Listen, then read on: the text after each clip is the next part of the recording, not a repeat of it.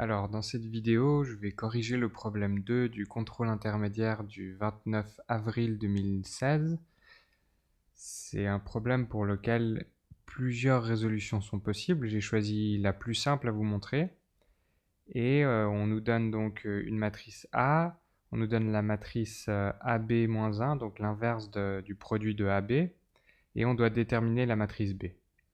Donc pour réussir à déterminer la matrice B, la première chose à faire, c'est de se rappeler de la propriété suivante, que je ne vais pas décrire, c'est beaucoup plus simple de la lire simplement.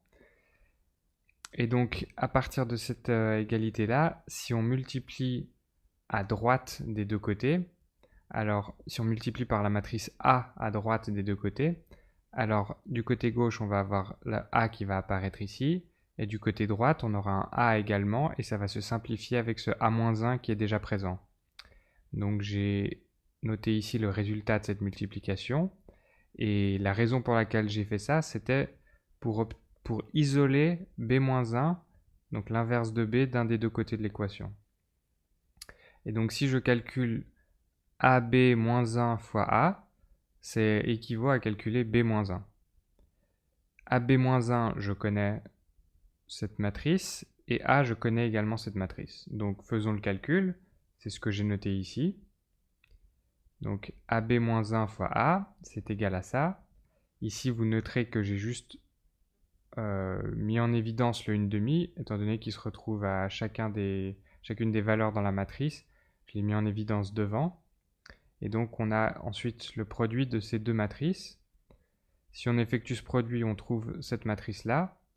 Et quand on multiplie le 1/2 à l'intérieur, on finit avec cette matrice-là. Ensuite, pour une matrice de 2, c'est assez simple de calculer son... Maintenant, on a obtenu la matrice B-1, et pour obtenir la matrice B, il faut simplement inverser cette matrice. Et comme je disais juste avant, pour inverser une matrice de 2, c'est assez simple, il faut connaître la règle. Il faut simplement faire 1 sur le déterminant de cette matrice-là.